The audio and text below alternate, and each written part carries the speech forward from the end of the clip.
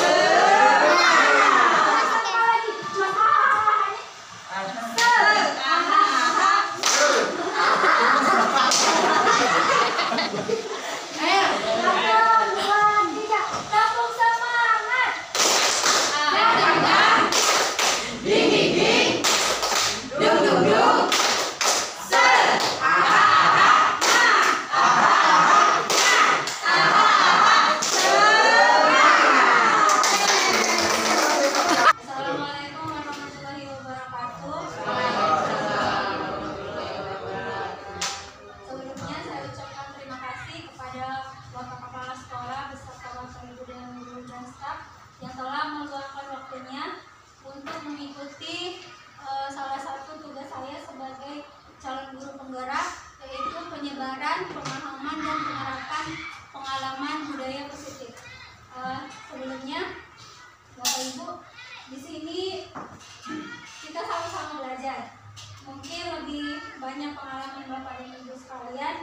Jadi saya bukan bermaksud menggurui, hanya ingin berbagi apa yang sudah saya dapatkan selama 3 bulan. Sudah 3 bulan kami mengikuti pendidikan calon guru penggerak.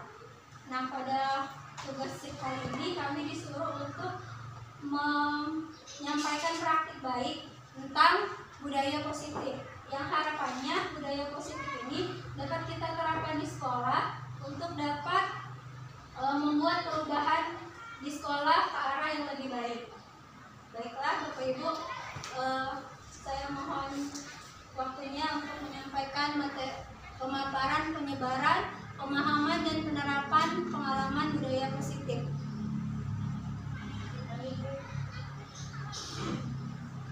Selamat datang Bapak Ibu guru hebat. Mari kita belajar bersama, berkolaborasi, saling mendukung demi mewujudkan disiplin positif di sekolah kita tercinta.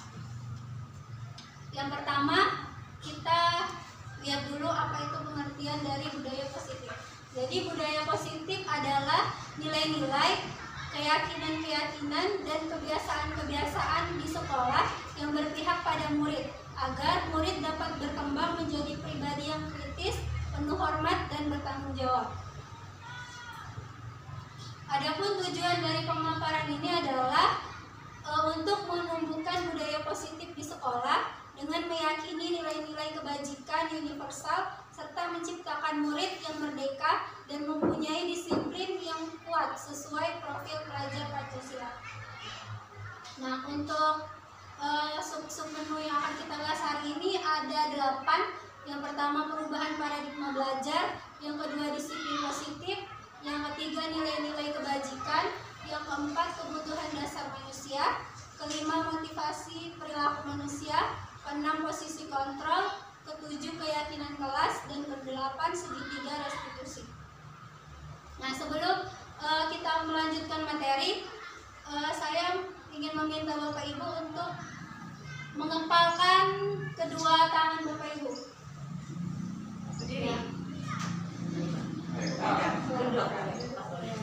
Ya, dan selanjutnya teman sebelahnya mencoba untuk meminta rekan sebelahnya untuk membuka tangan tersebut dengan cara apa saja, dengan cara dibujuk, dengan cara dikasih imbalan, pokoknya supaya teman sebelahnya mau melepaskan kepala.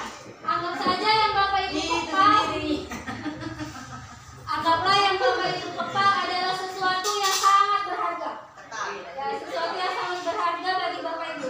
Jadi bagaimana cara teman rekan Bapak Ibu untuk dapat membuka kepala Bapak Ibu?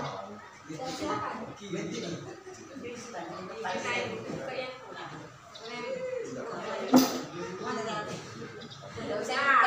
Ya, ayo dosa. Ibu ya. Nah, ini yang merayu Ibu supaya tidak buka itu, buka kepala. Ya, perlu saya ingatkan lagi bahwa yang di kepala adalah sesuatu yang sangat berharga, sesuatu yang sangat berharga yang Bapak Ibu miliki. Dia terbuka, ada yang tidak terbuka. Buka dulu.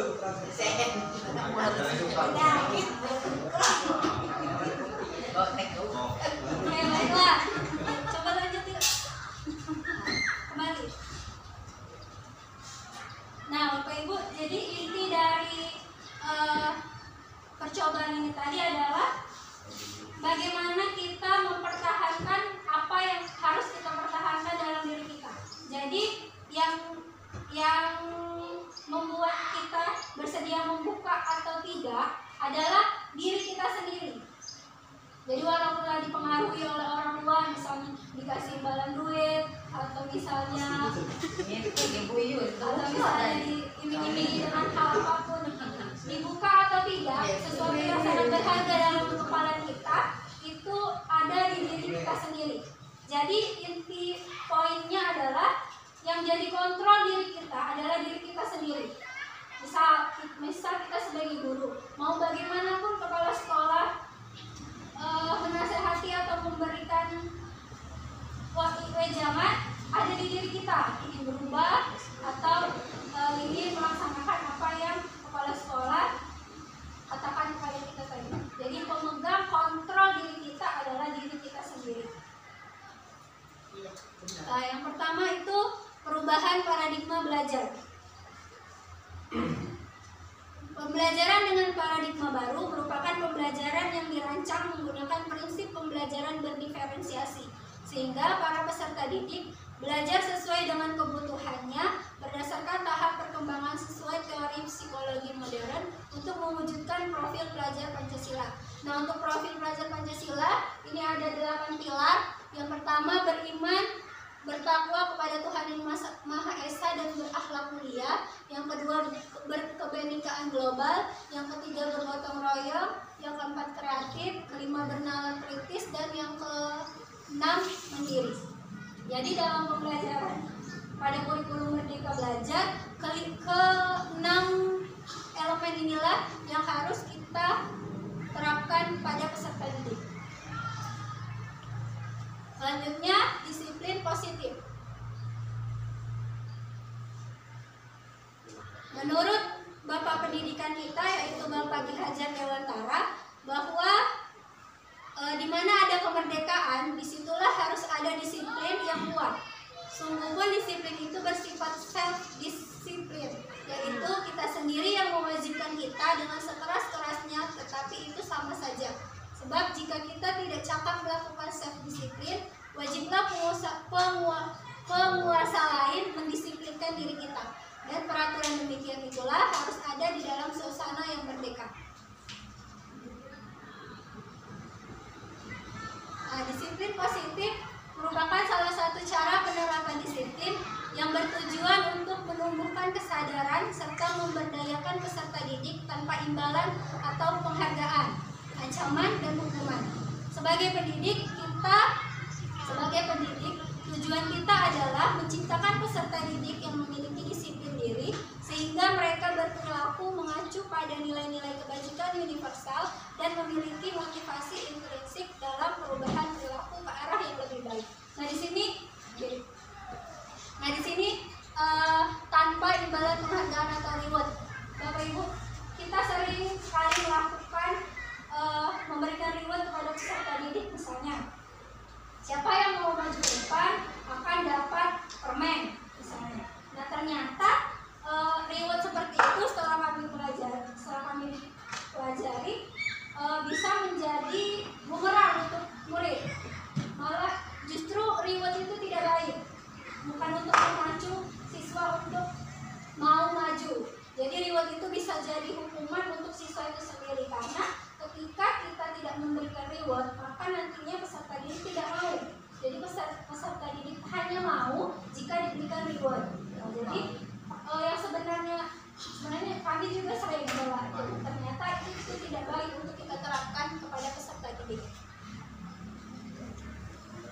Selanjutnya, nilai-nilai kebajikan. Nah, nilai-nilai kebajikan ada pada profil Pancasila yang 6 elemen tadi. Untuk nilai-nilai kebajikan yang sering kita temui, misalnya toleransi, rasa hormat, integritas, mandiri, dan seterusnya. Untuk yang di keterampilan hidupnya, dapat dipercaya, lurus hati, pendengar yang baik, tidak merendahkan orang lain, dan memberikan yang terbaik dari diri. Selanjutnya, 5 kebutuhan dasar manusia. Kebutuhan dasar manusia adalah segala sesuatu yang kita lakukan untuk mendapatkan apa yang kita inginkan. Seluruh tindakan yang kita lakukan memiliki tujuan tertentu, dan semua usaha terbaik yang kita lakukan adalah dalam rangka kebutuhan dasar kita terpenuhi dengan baik. Nah, 5 kebutuhan dasar manusia itu ada 5. Yang pertama, bertahan hidup. Yang kedua, kasih sayang dan rasa diterima. Yang ketiga, penguasaan. Yang keempat, kebebasan. Dan yang kelima, kesenangan. Kalau dalam lingkungan sekolah, hubungan antara guru dan peserta didik, misalnya yang bertahan hidup, makanan, pakaian, tempat tinggal, keamanan, dan kesehatan. Jadi murid berhak untuk menerima misalnya seragam dari sekolah, fasilitas ruangan yang memadai. Untuk kasih sayang dan rasa diterima, misalnya rasa diterima, dipedulikan, berbagi, kerjasama, menjadi bagian dalam kelompok. Ini jelas sekali ada di sekeliling kita antara murid dan guru. Yang kedua, penguasaan, harga diri, keinginan untuk dianggap, memimpin, berprestasi, diakui dan didengar.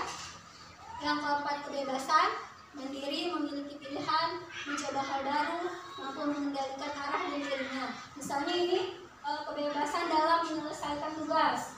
Misalnya siswa bebas mau menyelesaikan tugas dengan cara audiovisual atau visual atau auditori.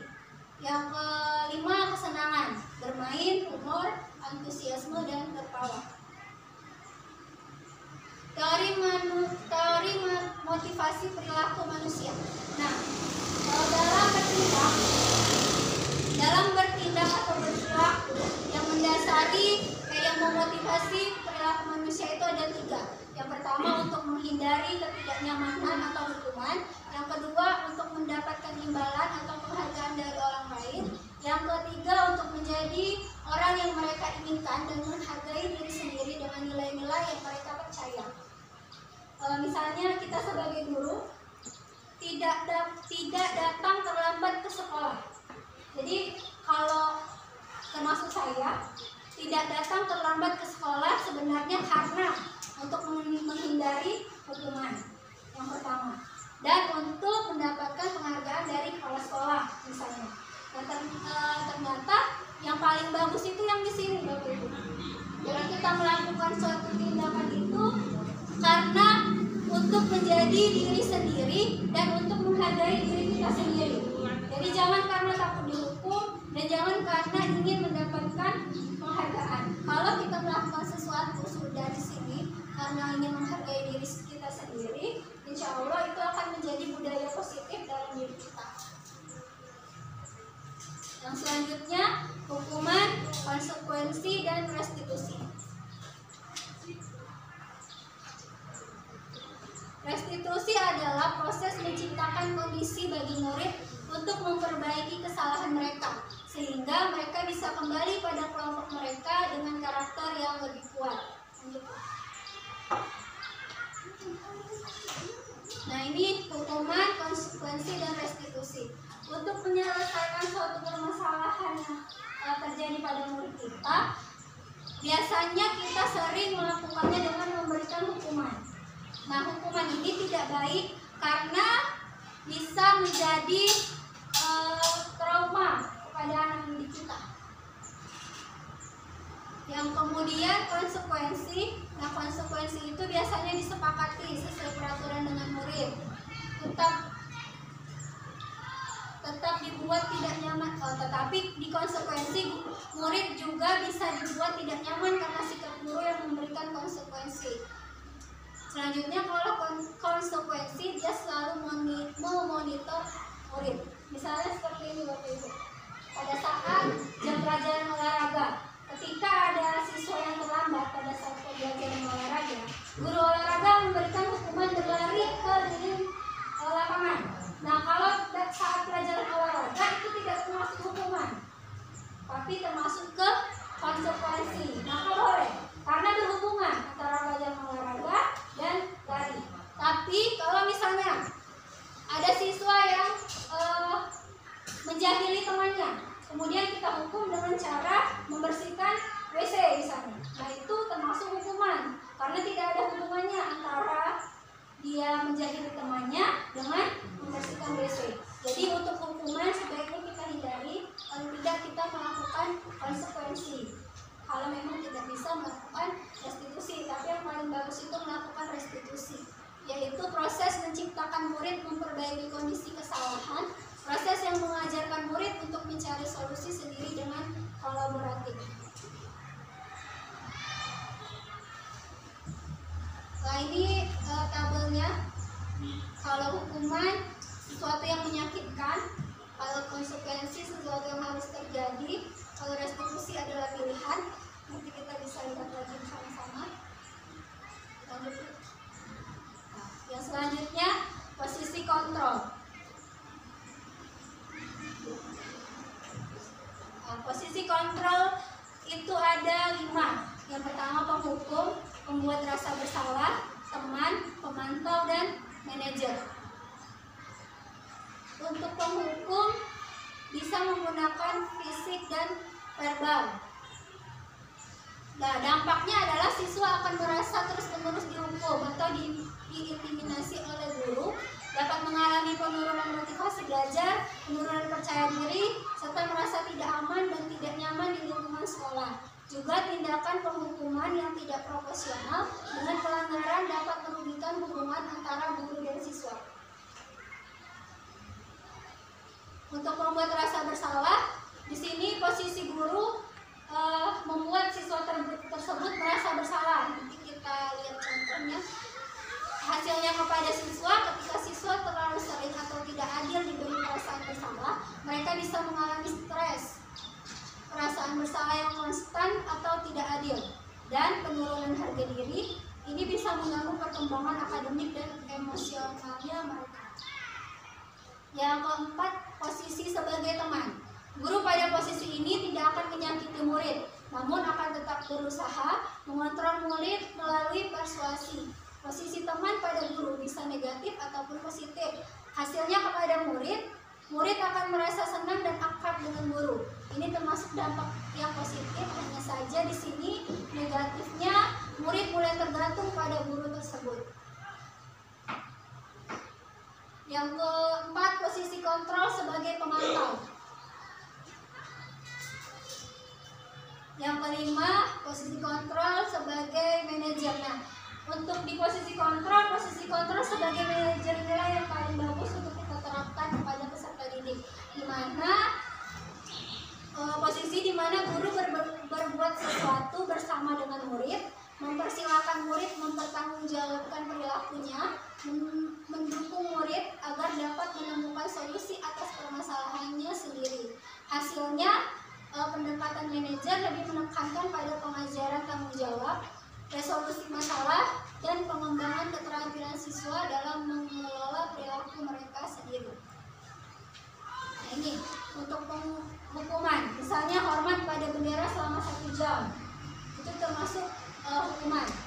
Membuat merasa bersalah itu misalnya pada kalimat berapa kali bapak harus memberitahu kamu selalu saja mengecewakan bapak.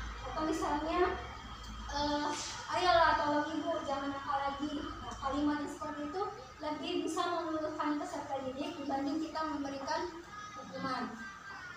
Yang keempat, sebagai teman, misalnya pada kalimat ayo dong ikuti aturan sekolah, tolong bantu ibu atau bapak ya, sekali ini ya sudah tidak apa-apa, lain kali jangan sampai berbuat seperti ini lagi ya. Untuk posisi sebagai teman, kita lebih memilih kalimat yang membuat siswa merasa kita itu adalah temannya. Jadi kalau posisi sebagai teman itu ada indikasi akan menolong. Misal pada saat ada murid yang berkelahi, ya sudah tidak apa-apa karena ibu juga pernah melakukan kesalahan. Nanti coba ibu bantu jelaskan kepada orang tua si A. Nah, itu adalah contoh termasuk posisi sebagai teman.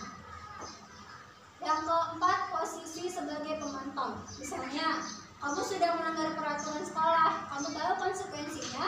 Setelah upacara, kamu beri atributnya ke koperasi dan jangan diulangi lagi. Nah, kalau posisi sebagai pemantau, si guru memberikan solusi atas permasalahan yang dihadapi oleh siswa tersebut. Yang kelima, posisi kontrol sebagai manajer. Misalnya, apakah kamu tahu kesalahanmu? Nah, kira-kira bagaimana kamu memperbaiki kesalahanmu? Jadi untuk di posisi manajer, yang mendapatkan atau yang menyebutkan cara siswa tersebut memperbaiki kesalahan bukan kita sebagai guru, tapi dari muridnya. Dari muridnya yang menawarkan sendiri apa yang bisa dia lakukan untuk memperbaiki kesalahan tersebut. Jadi di sini tidak ada unsur paksaan. Kembali ke yang awal tadi, dari dalam diri dia sendiri untuk melakukan budaya positif.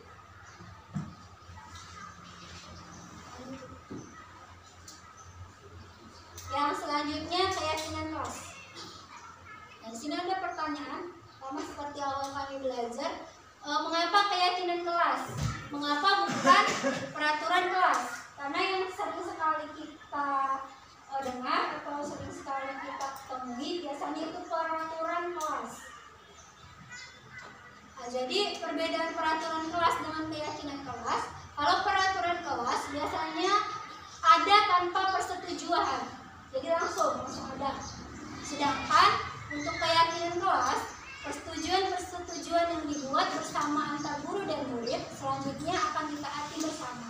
Jadi kalau peraturan, misalnya peraturan kelas 2 misalnya, tidak boleh berkelahi, harus datang tepat waktu. Biasanya sudah kita buat, terus kita informasikan kepada peserta didik. Jadi mau tidak mau, suka tidak suka, murid-murid kita harus menaati peraturan yang sudah kita buat. Itu kalau peraturan kelas. Kalau keyakinan kelas, kita buat secara bersama-sama. Jadi misalnya di awal semester nanti kita sama-sama coba terapkan di masing-masing kelas untuk membuat keyakinan kelas.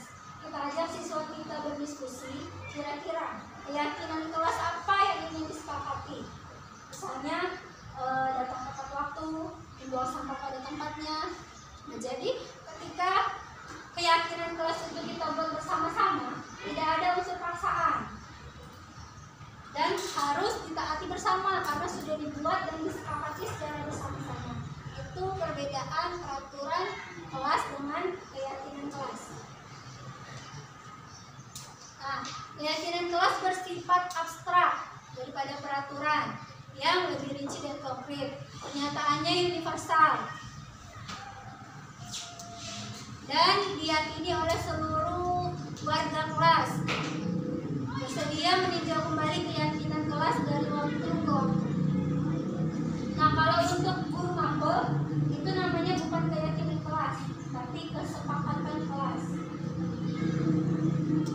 ini tahapan untuk membuat keyakinan kelas. Yang pertama, guru berdiskusi bersama murid tentang peraturan. Kemudian peraturan tersebut dirumuskan menjadi sebuah keyakinan yang disepakati bersama. Selanjutnya menyampaikan keyakinan kelas tersebut. Nah, satu lagi Bapak Ibu, perbedaan antara peraturan dan keyakinan.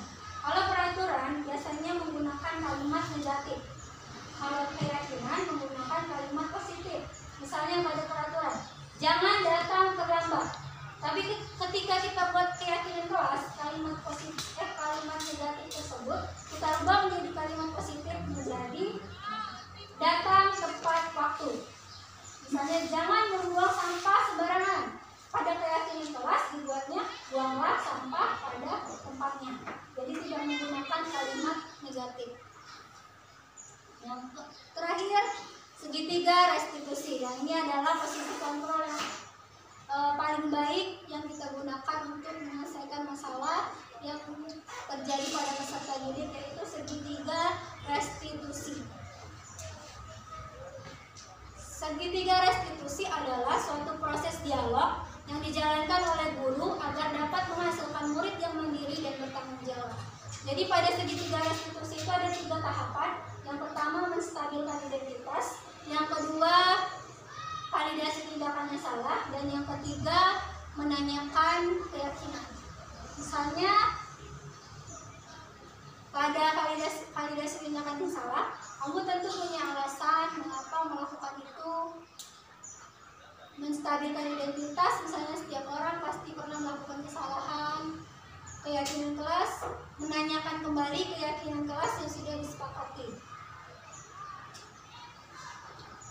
Pada proses menstabilkan identitas, jadi kita menstabilkan permasalahan yang dialami oleh siswa, membuat siswa tersebut tidak takut dulu. Misalnya dengan kalimat, tidak apa-apa nak, karena tidak ada manusia yang sempurna. Bapak atau ibu juga pernah melakukan kesalahan seperti itu. Jadi distabilkan dulu supaya siswanya tidak takut. Tahapan yang kedua, validasi tindakan yang salah. Misalnya dengan kalimat, kamu pasti punya alasan mengapa melakukan hal itu. Jadi kita validasi dulu, kenapa murid tersebut melakukan kesalahan. Dan tahapan yang terakhir itu menanyakan keyakinan. Setelah kita stabilkan dan mengvalidasi tindakan salah, kita tanyakan kembali keyakinan kelas yang sudah kita sepakati di awal masuk sekolah. Jadi kita tanyakan keyakinan kelas apa yang sudah kamu langgar, atau nilai-nilai apa yang telah disepakati bersama.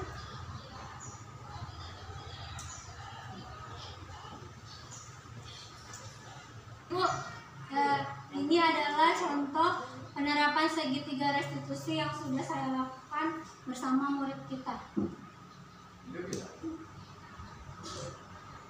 Jadi kasus yang pertama itu siswa yang sering datang terlambat. Pamit, sudah Bu, alhamdulillah. Dan tidak usah khawatir ya, bilang aja. Dan sehat, alhamdulillah. Dan kalau lupa,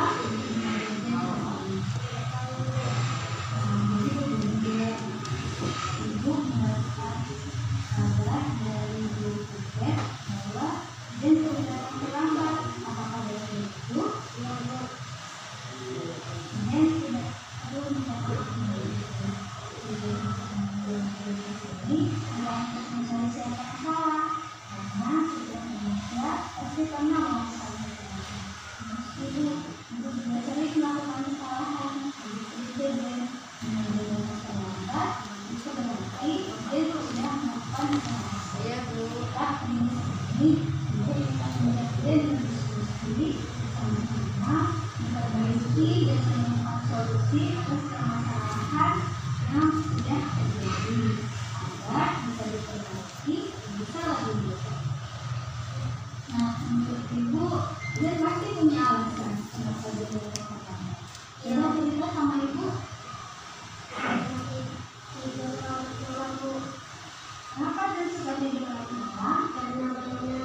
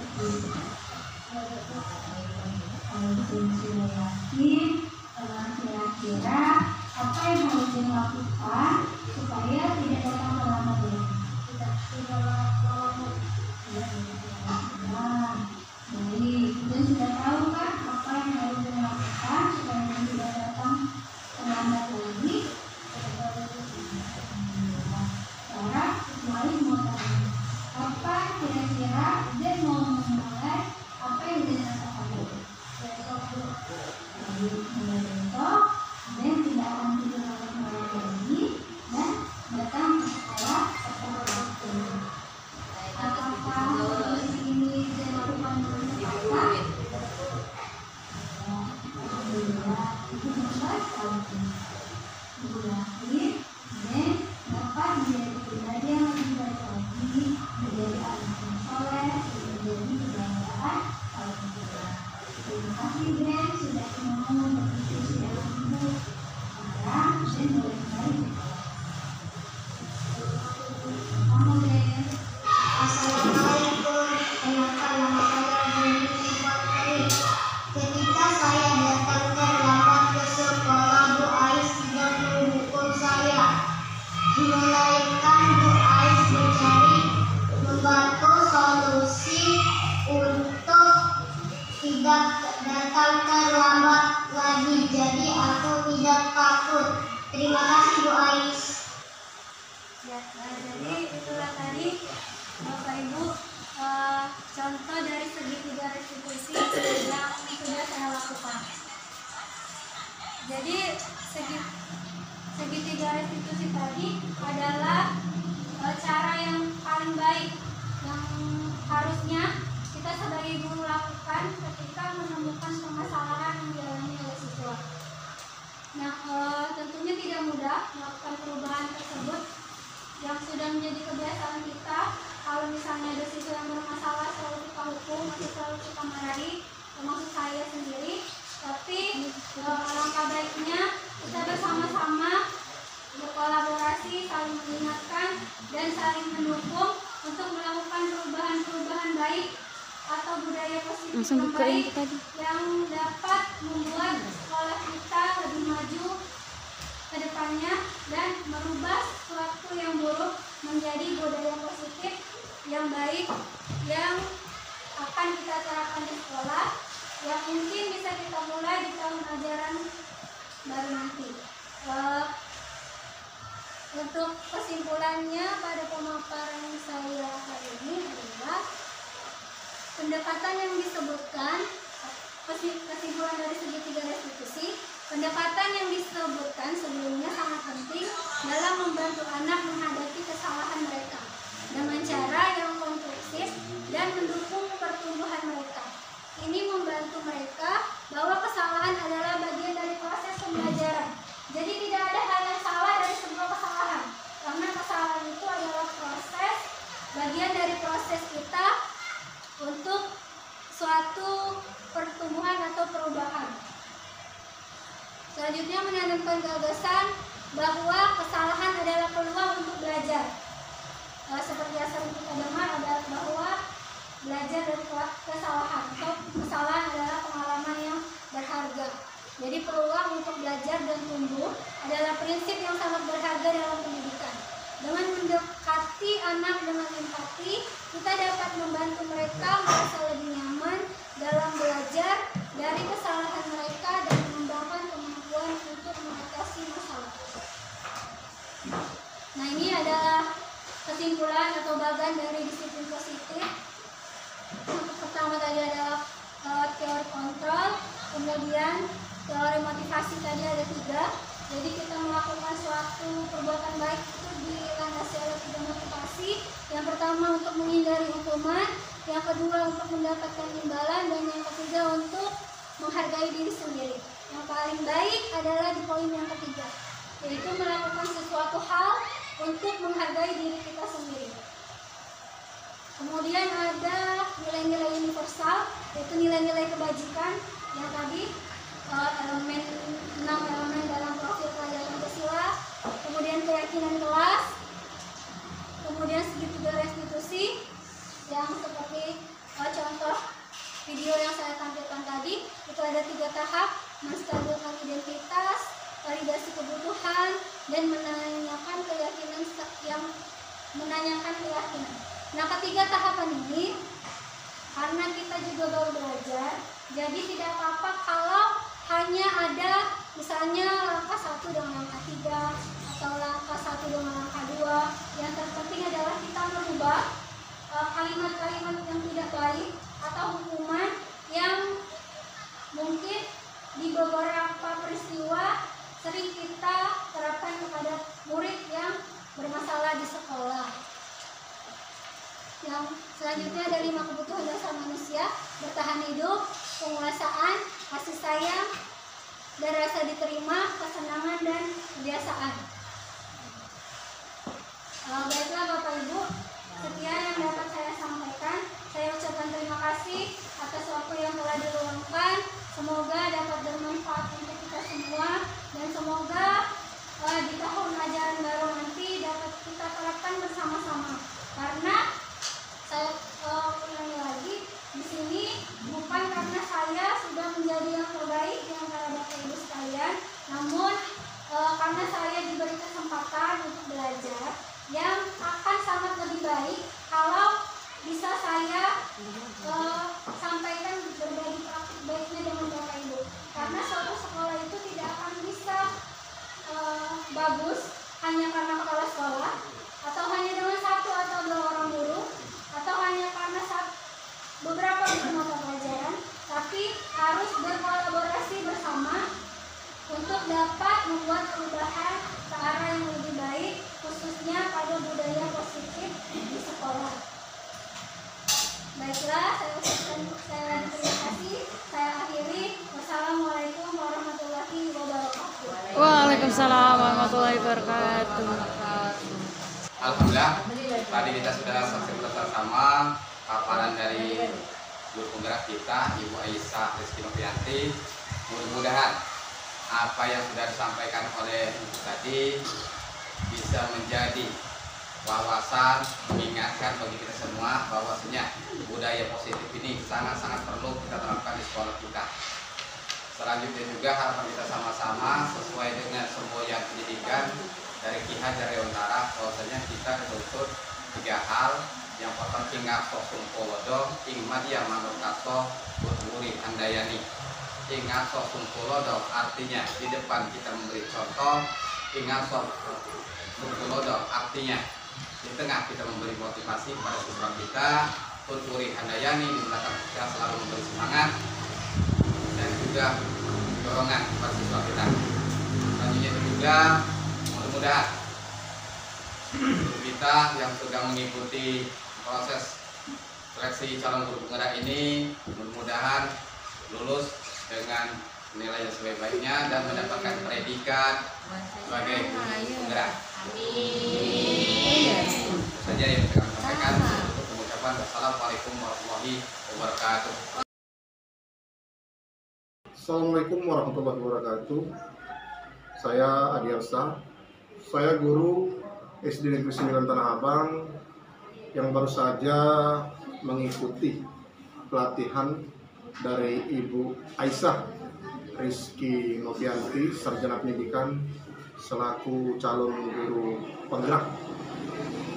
Dari hasil pembelajaran yang saya dapatkan tadi, dapat saya petik, adapun dapat saya pelajari tentang budaya positif, yaitu tentang posisi kontrol seorang guru.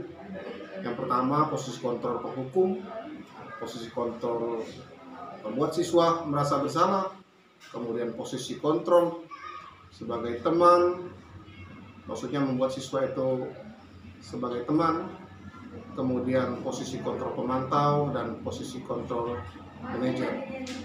Kemudian perasaan saya tentunya sangat senang sekali karena dari hasil pembelajaran tadi banyak hal yang saya dapatkan tentang hal-hal budaya positif yang nantinya akan saya terapkan. Kemudian posisi kontrol yang nantinya saya akan lakukan ataupun saya terapkan kepada peserta didik saya, yaitu menggunakan posisi kontrol segitiga restorasi yang saya kira itu sangat membantu dalam menyelesaikan suatu permasalahan terhadap peserta didik kita. Demikianlah, wassalamualaikum warahmatullahi wabarakatuh.